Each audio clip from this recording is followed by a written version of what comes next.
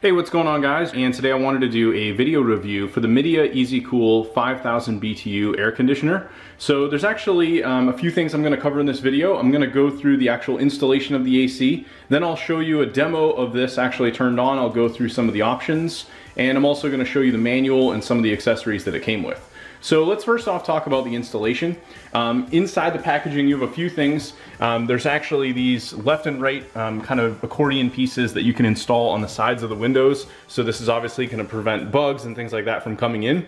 You have two holes on each side at the top here that you can basically screw in, so these won't come in for any reason if you were to move this. Additionally, this actually comes with a seal kit. I decided not to install this for now because I may be moving this to another room.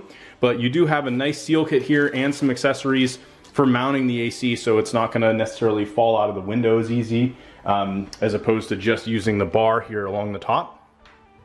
Out of the box, you do have to install the bar inside of this. There's basically a metal bar that has 4 screws that you just have to put in. Super simple. And when installing the accordions, there's 4 little divot pieces that kind of stick out. You can kind of see them here where my finger is pointing.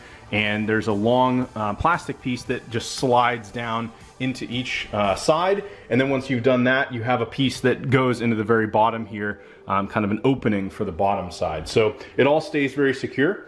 In terms of operating this and some of the functions, you have a few different settings here. It just shows the temperature, and there's a dial.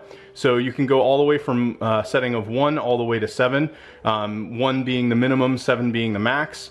I'd say like a good, average might be like between like a 6 and a 5, or maybe somewhere thereabouts, if you want to just keep the room at like a decent temperature, but you're not going to get an exact readout of the actual temperature in the room.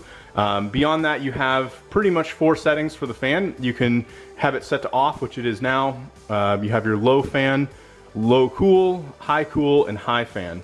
So if you just want the fan running, you can do that without the actual AC running. I'm going to go through and I'll demo both of these. Before I do that, I wanted to show here, you have a kind of a menu, it's like a little nub that kind of sticks out here. You can just maneuver this back and forth. So if maybe you want more air, in this case we have a bed here, we might want more air coming towards us while we're laying in bed, or maybe it's too much, you could face it the other way.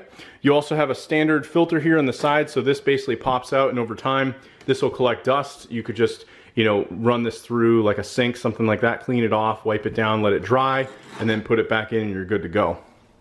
Other than that, it's fairly basic. You do have on the actual power switch here, there's a reset button and a test button, and if it's on, you'll see a green light. So if for any reason, maybe you were to flip a breaker because you get too much power, you can go back and hit this button and it will basically reset the breaker inside of this.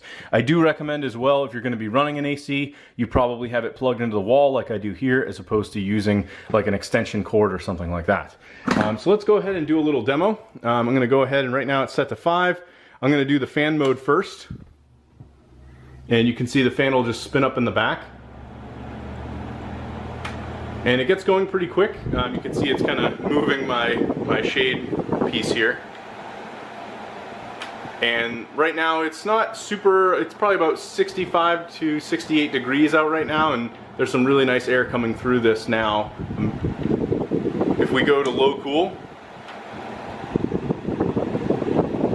this will kick on the AC in a second. In fact, I'll put it to high so it comes on a little quicker. So now you can hear this really kicked up.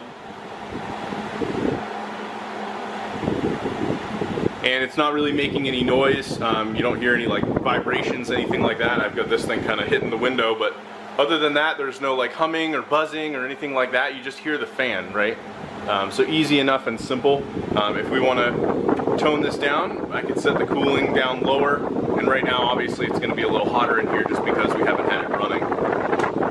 High fan mode, pretty much the same as what you're expecting from high cool, and obviously you'll hear the condenser kick on when you're in cooling mode. So overall, I'm pretty happy with this. I think if you're looking to cool a small room, this is going to work really well. Overall, this room here, as an example, this is basically a small room. You can see the doors here, the other walls here. This is like an 8 feet by 10 feet room, so something like this is going to work perfectly fine. If you have maybe like a master bedroom, you might want to consider something that's a little larger. You might want to consider going to the 8,000 BTU. And if you're cooling a very large space, something like a family room or a downstairs area where there's a lot of open areas, you might want to consider something that's like a 9,000 or higher for BTU. Overall, if you've got a small room, this should do just fine, but I don't recommend it for something that's going to be like an open space like family room where you're going to need a lot of cooling. Overall, very happy with the unit, and it was very easy to set up.